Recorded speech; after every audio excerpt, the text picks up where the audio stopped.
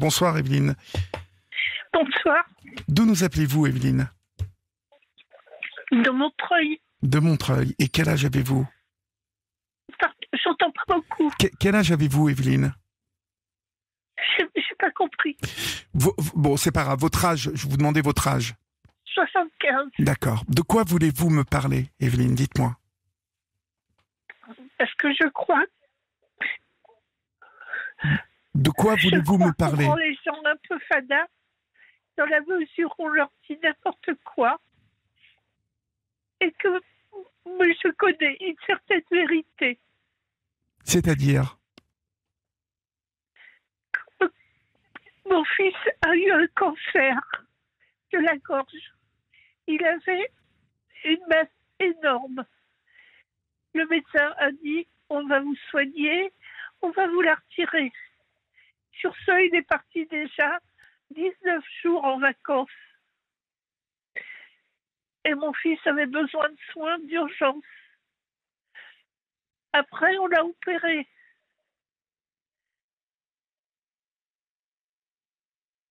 On l'a opéré, oui. Et alors? On lui a retiré la masse. On lui a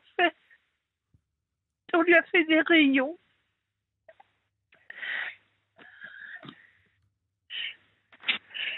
On lui a fait des rayons et je me rappelle plus le traitement. Oui. Des rayons. Excuse, vous pouvez peut-être m'aider? Écoutez, on lui a fait sans doute des rayons.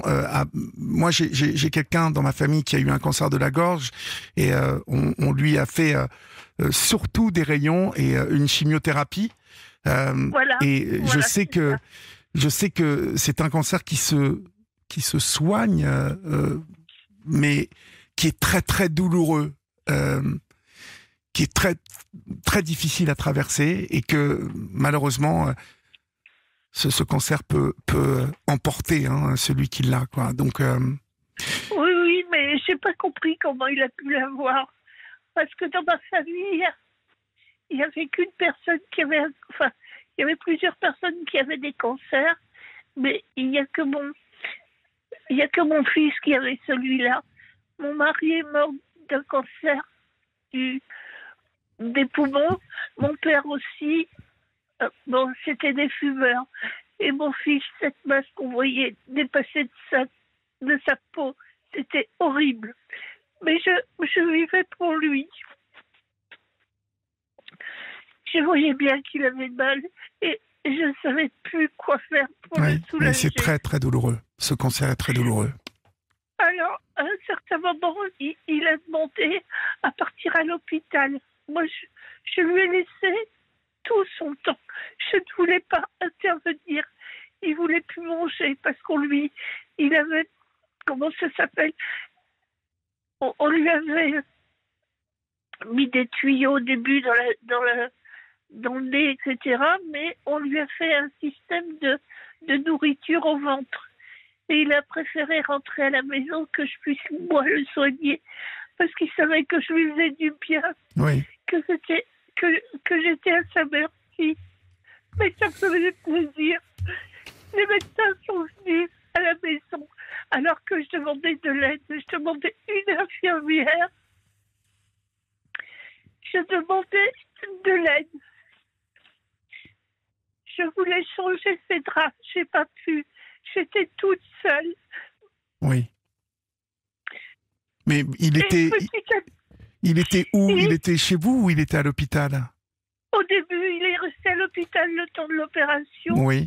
Après, il est revenu. Après, on lui a fait ce système qui donnait la nourriture par le ventre.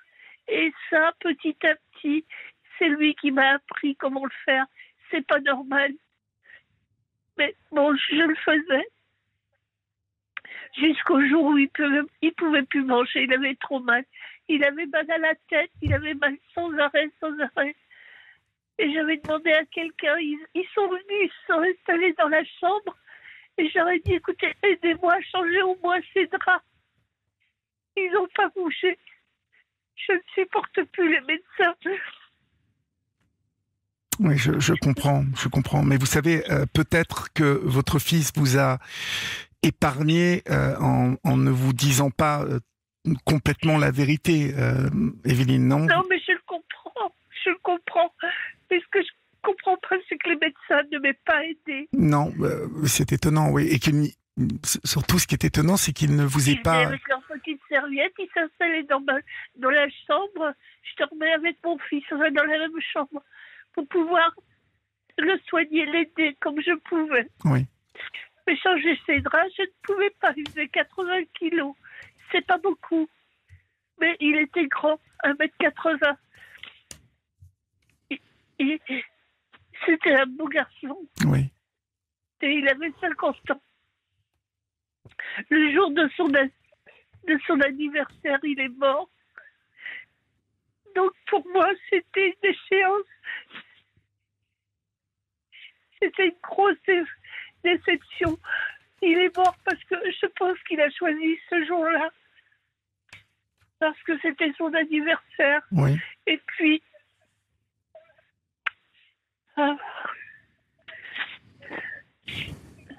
Quand il a été euthanasié, monsieur. qu'entendez-vous par là, en fait, Evelyne? Parce que j'étais en train de lire votre fiche échange que vous avez eu. Qu'entendez-vous par le fait qu'il a été euthanasié? Quand ils sont venus dans la chambre et qu'ils sont installés, ils nous ont posé une question. Où préférez-vous être?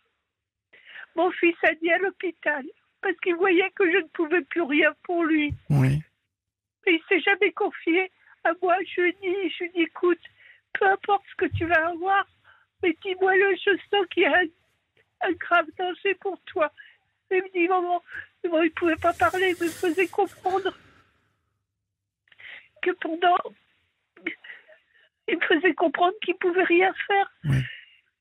Et qu'il ne pouvait pas me le dire. Oui, il a voulu vous épargner, Evelyne. Oui, mais il ne m'a pas épargné. Mais finalement, vous savez, on voit à travers ce que vous nous dites ce soir, avec toute l'émotion qui accompagne vos mots, on voit combien les cachotteries, les mensonges autour de la maladie, ça n'est pas bon. Il faut dire les choses. Il faut... Oui, mais moi, je demandais que ça. Ben oui, je me doute, Evelyne. Il m'a monté, les médecins, ils m'ont dit secret professionnel. Vous voyez le secret professionnel, ce que ça a amené. Là, actuellement, ils sont en train de faire une loi pour justement l'euthanasie. Mais mon fils l'a subi il y a un peu plus d'un an. Ben, quand vous dites qu'il a été euthanasié, je ne comprends pas pourquoi vous pensez ça, parce que il est... Non, je ne pense pas ça, je l'ai vu. Vous savez ce que veut dire euthanasier? Ça veut dire, vous pensez que Je l'ai vu. Je l'ai vu. Les médecins ont mis fin au jour de votre fils? C'est ça que vous me dites? Non, les médecins ne m'ont rien dit. Oui. Ils ont tenu leur langue de secret professionnel. D'accord, mais donc ils n'ont pas euthanasié votre fils, Evelyne? C'est pas eux qui ont euthanasié. Il y a un hôpital à Paris exprès pour ça. Ah, d'accord. Donc, mon fils a demandé à l'hôpital parce qu'il savait où il allait. D'accord. Il avait fait une journée d'essai pour voir si l'ambiance lui plaisait. D'accord, je Il était comprends. dans une grande salle. Et j'ai demandé à dormir près de lui une fois. J'ai dormi quelques jours avant Oui, avec lui. oui. Et il lui faisait des traitements. Et j'ai vu, il avait sa montre et le téléphone. Et il m'a tout donné ce soir-là parce que je ne pouvais pas rester à l'hôpital. Oui. Il m'a tout donné. Vous pensez qu'il était au courant, donc que ce soir-là, il allait partir? Oui. Pour m'avoir donné le téléphone qu'il avait acheté, c'est un iPhone. Oui. Et sa montre. Il avait deux choses auxquelles il tenait, c'était ça. Il n'avait plus rien. D'accord. En plus, il m'a demandé de lui ramener certains vêtements. J'ai compris. D'accord. Mais ne pensez-vous pas, Evelyne, que ce choix, il l'a fait en toute quiétude, sans vous le révéler, parce qu'il était au bout, qu'il en avait marre de souffrir? Il m'a dit mais je comprends. Je comprends, je ne lui en veux pas. Et quand je lui parle la nuit, quand je lui parle, je dis, tu sais, je sais ce qu'on va te faire. Je l'ai compris. Mais je ne veux pas en parler, c'est à toi de me le dire. Mhm. Mais t'inquiète pas, je ne t'en veux pas, je t'aime comme tu es.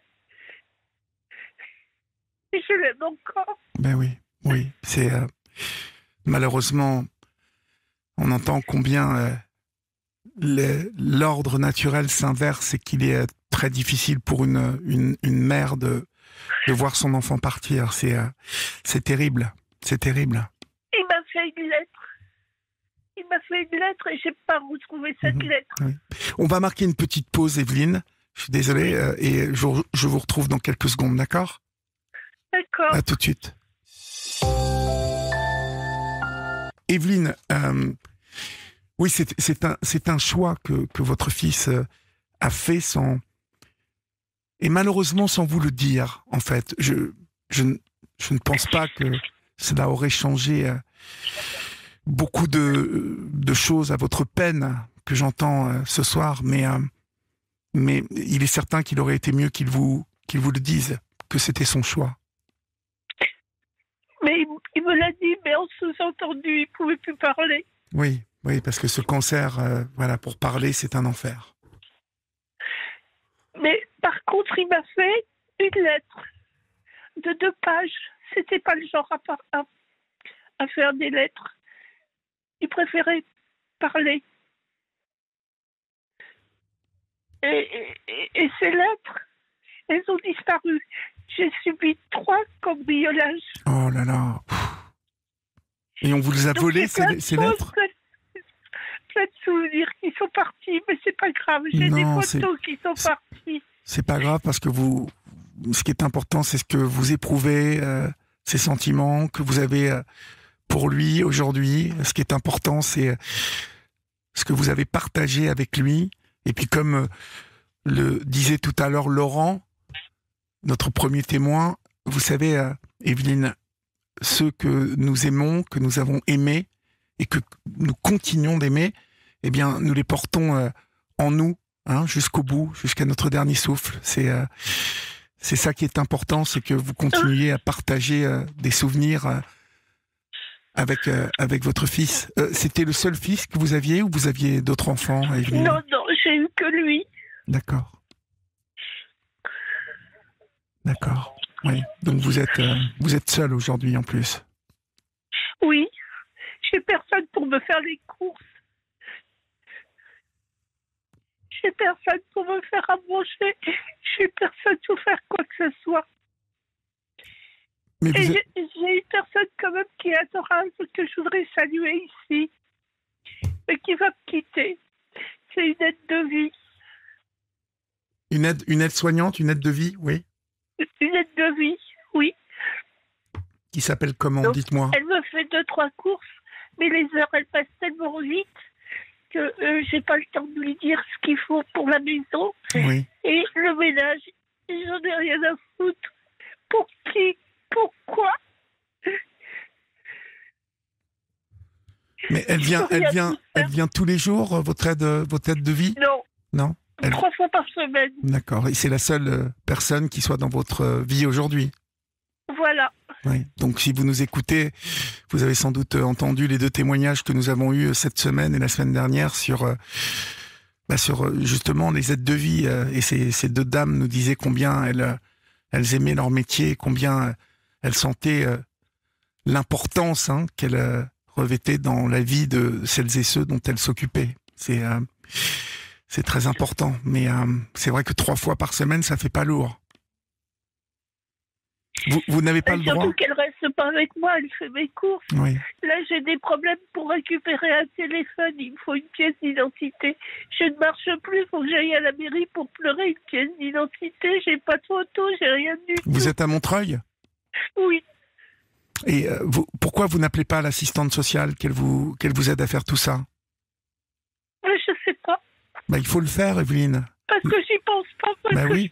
Mais vous savez, aujourd'hui, il y a une assistante sociale et c'est fait pour ça. Il y en a une qui correspond à votre adresse, votre quartier, et qui vous aidera à faire ce papier d'identité. Hein? Oui, Donc vraiment, vous appelez à la mairie demain, et puis vous leur demandez les coordonnées de l'assistante sociale qui correspond à votre quartier. D'accord? oui, Parce qu'il ne faut pas que vous restiez sans téléphone. c'est Là. gentil. Hein? Courage, ma chère Evelyne. Je vous embrasse bien fort, et puis vous savez qu'on est là, donc vous pouvez nous appeler. Hein? Oui, On vous embrasse bien fort. merci. Au revoir.